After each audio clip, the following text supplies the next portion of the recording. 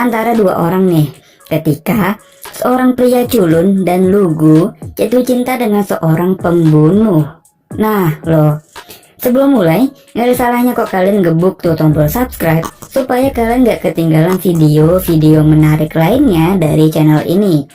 Kalau udah, langsung aja deh yuk, kita let's go.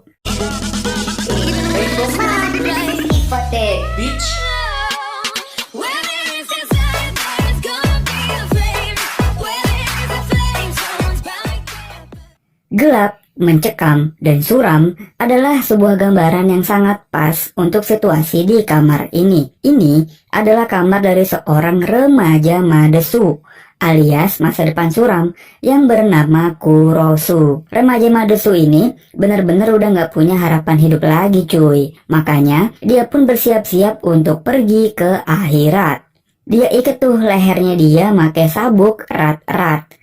Tapi, ya namanya juga Madesu ya kan, dia pun gak jadi mati karena ngikat sabuknya nggak kenceng. Dan ternyata, aksi bunuh diri gobloknya si Kurosu ini membuat tembok di kamarnya jadi bolong cuy. Dia pun mendekati lubang ini dan betapa kagetnya Kurosu, ternyata di sebelah kamarnya ini tuh tinggal seorang cewek cantik, bening, mulus, dan menggoda cuy. Makanya, Kurosu pun sampai lupa kalau dia mau bunuh diri. Setiap hari, dia intip tuh si cewek misterius ini dari lubang kenikmatan. Jadi, Kurosu ini tuh bener-bener remaja yang gak punya kerjaan cuy. Makanya, dia bener-bener mantau terus si cewek ini dari berbagai aktivitas yang dia lakuin. Pokoknya Kurosu gak mau ketinggalan lah satu momen pun. Dan sampailah aksinya Kurosu ini dilihat sama seorang perempuan yang bernama Haruko. Nah, jadi si Haruko ini tuh ke kosan Kurosu untuk nganterin makanan buat abangnya.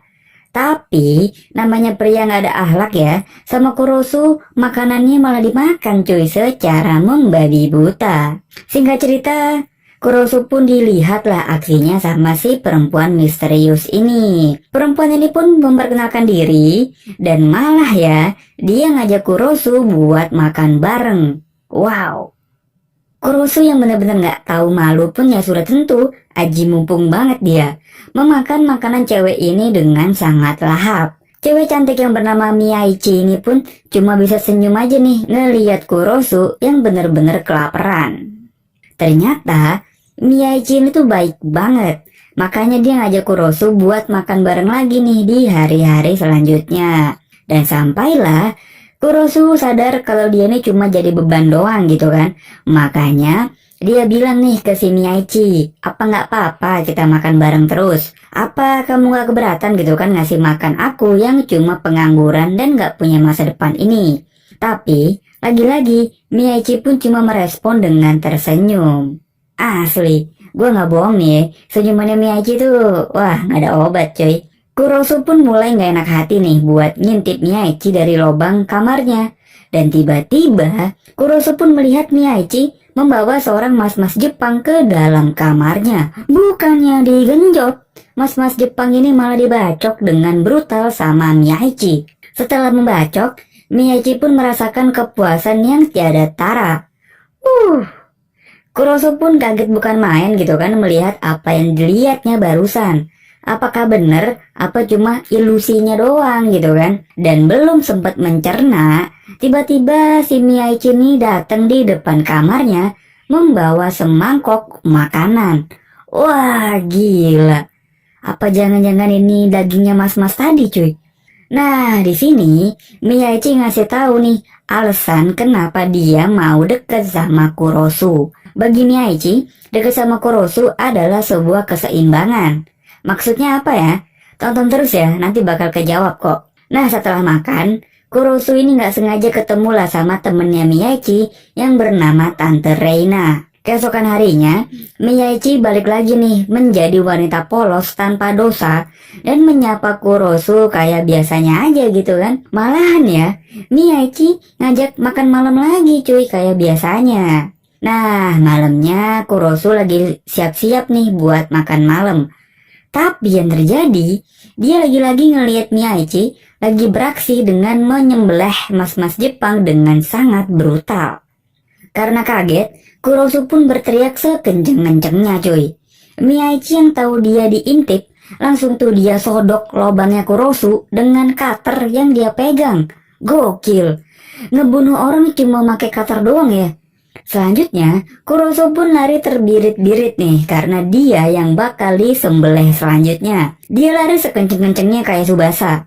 Sampailah dia terpojok di sebuah gedung. Karena udah gak ada masa depan lagi ya, Kurosu pun memilih untuk menyerah dan pasrah. Suka-suka Miyaichi deh, mau digorok kek, mau diapain kek. Kurosu udah pasrah pokoknya cuy. Miyaichi pun langsung nempelin tuh cutternya di lehernya Kurosu. Dan dia memberikan satu permintaan terakhir. Dan di luar logika cuy, Kurosu malah meminta Miyaichi untuk menjadi pacarnya. PA. Ajaibnya ya, Miyaichi pun setuju sama Kurosu dan mereka pun berpacaran. Gokil. Bukannya berciuman ya, Miyaichi malah menjilat darahnya Kurosu. Adeh. Susah memang ya pacaran sama pembunuh cuy. Nah, pacaran sama pembunuh ternyata ada positifnya nih bagi kehidupan Kurosu. Dia yang ngerasa jadi beban, langsung gerak cepet mencari pekerjaan. Singkat cerita, dia pun keterima bekerja di sebuah supermarket. Dan ternyata Miyaichi ini baru pertama kali pacaran cuy. Makanya Kurosu diajaklah ke kampusnya dan dipamerin tuh sama jomblo-jomblo di sana. Apalagi pas di kantin, ya ampun, gak ada obat sih asli Miyaichi cuy. Senyumnya pakai kacamata gini gak tuh. Hari-hari selanjutnya ya, Miyaichi dan Kurosu pun menghabiskan waktu bersama-sama. Ngapain? Ya membunuh dong. Kurosu diajak dan ngeliatin tuh gimana Miyaichi menyembelih dan menggorok para korban sambil tertawa. Seakan-akan ini adalah hal yang menyenangkan gitu kan. Dan ajaibnya, kelakuan Miyaichi ini tuh sama sekali tidak terendus dan terekspos di media Jepang. Hebat ya. Singkat cerita, sepulang kerja si Kurosu ini papasan lah sama abangnya Haruko yang sangat penyayang pada kucing. Dan keesokan harinya, dia nggak sengaja ketemu sama si Haruko nih yang lagi belanja buat abangnya tadi. Dan pas malam harinya, tiba-tiba Miyaichi membawa abangnya Haruko buat dijadikan korban selanjutnya. Kurosu yang kaget dia teriak-teriak dong. Tapi Miyaichi malah memarahi Kurosu untuk diam. Tanpa basa-basi, Miyaichi pun melakukan hobinya, yaitu menyembelih orang. Kurosu pun semakin bingung, kenapa orang baik kayak abangnya Haruko kok malah dibunuh. Nah, makanya dia diajaklah sama Tante Reina buat masuk ke dalam kamar abangnya Haruko. Di sana, wah gila cuy. Ternyata abangnya Haruko adalah seorang predator kucing. Dia pretelin tuh organ-organ kucing dan diawetin kotak per kotak. Jadi pantas saja dia disembelih sama Miyaichi. Makanya jangan pernah lihat orang dari luarnya ya. Keesokan harinya, mulai deh si Kurosu mulai galau nih. Karena bisa aja kan dia bakal dibunuh sama Miyaichi gitu kan. Dan tiba-tiba Miyaichi datang ke kamarnya dan langsung memeluk Kurosu dari belakang. Bukannya enak ya, Kurosu malah ketakutan. Ya walaupun Kurosu takut, tapi dia nih sayang sama Miyaichi. Gimana ya? Singkat cerita, karena abangnya gak ada kabar nih ya, makanya Haruko pun nanyain Kurosu kemana abangnya. Awalnya Kurosu memberikan alasan, tapi karena udah sebulan menghilang, makanya Haruko meminta Kurosu untuk menemani dia mendobrak masuk ke kamar abangnya. Dan pas mereka masuk, betapa ajaibnya cuy, kamarnya ini udah bersih, kinclong, tanpa noda. Gak ada sama sekali tuh bekas koyakan dan organ-organ kucing yang dijadikan uji coba sama abangnya Haruko. Nah yang terjadi selanjutnya, Haruko dan Kurosu makin deket nih. Apalagi Haruko kayaknya ada benih-benih cinta gitu kan sama Kurosu. Dan malamnya, gak sengaja si Kurosu melihat Miyaichi digandeng sama abang-abang berambut gimbal. Makanya nih, pas di rumah, Kurosu merasa sangat cemburu. Dia aja cemburu, apalagi Miyaichi gitu kan. Makanya dia ngambek, tapi tiba-tiba Kurosu pun memeluk Miyaichi dari belakang. Gak seperti cewek-cewek yang langsung anget, Miyaichi malah langsung menempelkan sumpit ke lehernya Kurosu. Nah, ternyata abang-abang gimbal itu adalah salah satu yakuza di sana. Jadi, mereka ini menuntut balas karena si Miyaichi membunuh salah satu anggota mereka, cuy. Tapi, bukannya membunuh Miyaichi, mereka ini malah meminta dia buat bergabung menjadi anggota mereka. Ya sudah tentu, Miyaichi menolak dong bergabung dengan mas-mas bertato lebah ini. Nah, makanya mereka pun mengancam akan membunuh Kurosu. Ternyata, hal ini membuat Miyaichi jadi khawatir. Makanya, dia sampai nyamperin Kurosu di tempat kerjanya. Perhatian banget ya. Singkat cerita, di suatu hari, Haruko datang lagi nih dengan membawa sebuah surat yang dimana Tante Reina membuat alibi kalau abangnya lagi pergi ke Thailand. Haruko pun diajak ke kamar Kurosu sambil diberiin segelas teh hangat dari Miyaichi. Dan tiba-tiba dia pun teler. Ternyata gelas itu sudah diberi obat tidur sama si Miyaichi. Dia pun sudah siap dengan pakaian jas hujan 10 ribuannya untuk menghabisi Haruko yang lagi tidak berdaya. Tapi tiba-tiba Kurosu menghentikan tindakannya Miyaichi. Dia meminta Miyaichi untuk tidak membunuh Haruko karena dia merasa kalau Haruko ini tidaklah berdosa. Dan pas si Haruko bangun, dia pun langsung menyatakan perasaannya ke Kurosu. Kalau dia jatuh cinta dengan Kurosu, cuy. Haruko pun benar-benar bilang kalau dia suka sama Kurosu dan siap merebut Kurosu dari Miyaichi. Haruko pun akan setia menunggu Kurosu sampai dia menerima Haruko. Nah, keesokan harinya, tiba-tiba Kurosu ini diculiklah sama Yakuza tadi dan dibawa ke markasnya, cuy.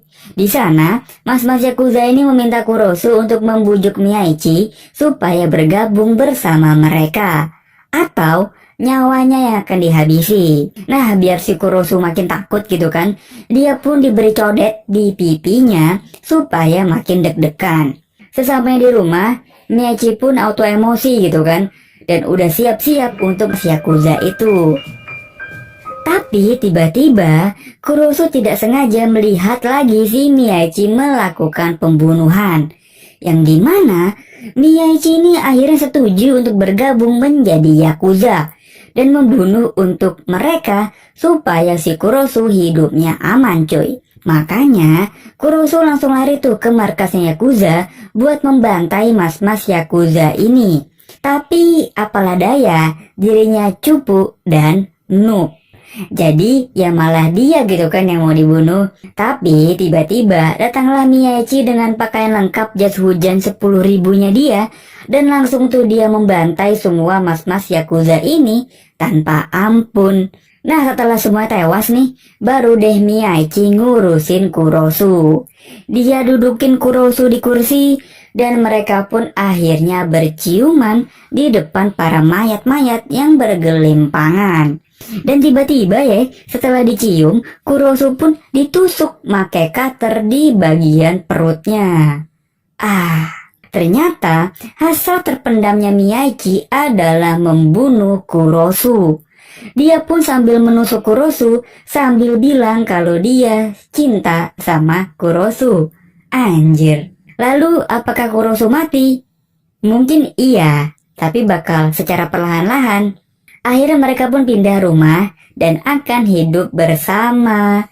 Inilah yang dimaksud Miyaichi di awal film tadi, bahwa hubungan mereka adalah sebuah keseimbangan. Miyaichi yang seorang pembunuh sadis mempunyai pacar seorang laki-laki beban dan masa depan suram. Tapi karena itu hubungan mereka saling melengkapi. Asik.